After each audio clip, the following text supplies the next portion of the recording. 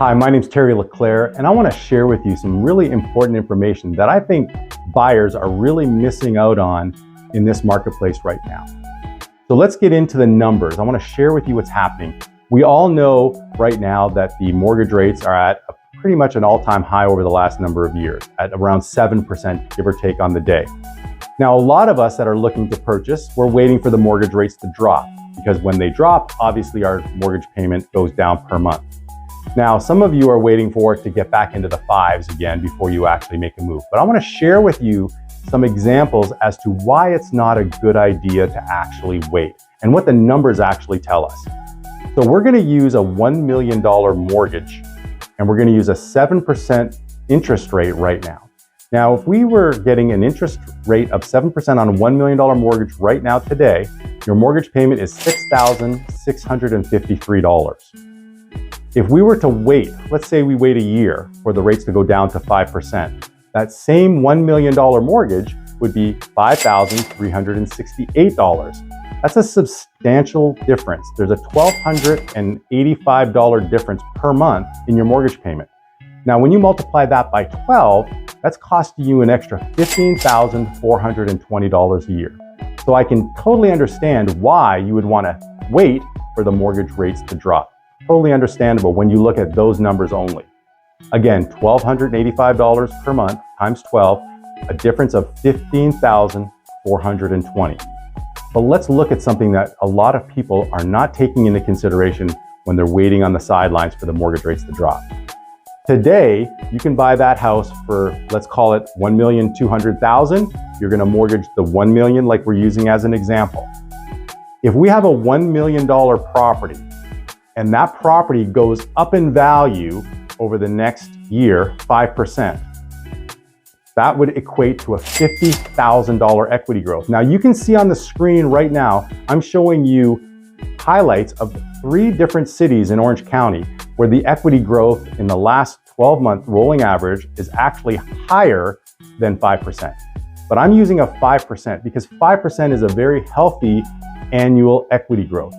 For those of you that think pricing is going to decline and go down, we've already seen the low points in our pricing. We saw that in late 2022 and early 2023 where the prices bottomed out, and we're now starting to see that equity growth happening again. So using a 5% equity growth is not unreasonable. And I think if you're anticipating pricing to go down, you're not going to see that happen because of supply and demand issues. So again, let's get back to the numbers. If you're going to make $50,000 in equity in the first year of owning that property, 5% times a $1 million property, $50,000. And if you were to remove from that the $15,420 in extra payments that you paid, you would actually be left with a net of $34,580. You can see on the screen, this is what you're losing out by waiting. So by waiting on the sidelines for a 5% potential mortgage versus taking a 7% mortgage now, you're losing out on this equity growth. And that obviously equity growth gets compounded.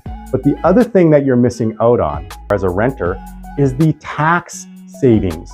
There are substantial tax savings when you own a property that you can write off against your taxes. So it's not just $34,580. There are additional tax savings that you can take advantage of. So by waiting on the sidelines, you're actually losing money. Now, let's say that you decided that you wanted to wait 1 year and you buy your $1 million property a year from now, right? And you mortgage that $1 million property a year from now. Now that property is not worth $1 million. It's actually worth $1,050,000.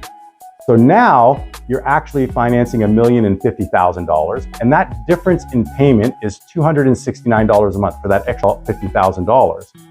If you took that extra $50,000 and that little payment of $269 and took it over the entire term, the 360 months of your mortgage, that equates to $96,840. So over the life of your mortgage, by waiting until next year to purchase, you're going to pay more for the house. It's probably going to be a higher demand because if mortgage rates have gone down, which they probably will go down, it's going to be in higher demand. So it's going to be harder for you to get into that house. But if it only stays at 5% equity growth, you're paying a $50,000 premium on top of what you can buy it for today. And over the long term, that's $96,840 that you're going to lose out on. So there's lots of advantages to buying now. And it's not just about the realtor telling you that it's a great time to buy. It's about the numbers. Follow the numbers. They don't lie. If you have any questions, please don't hesitate to reach out. You can reach me at terry@leclairre.com.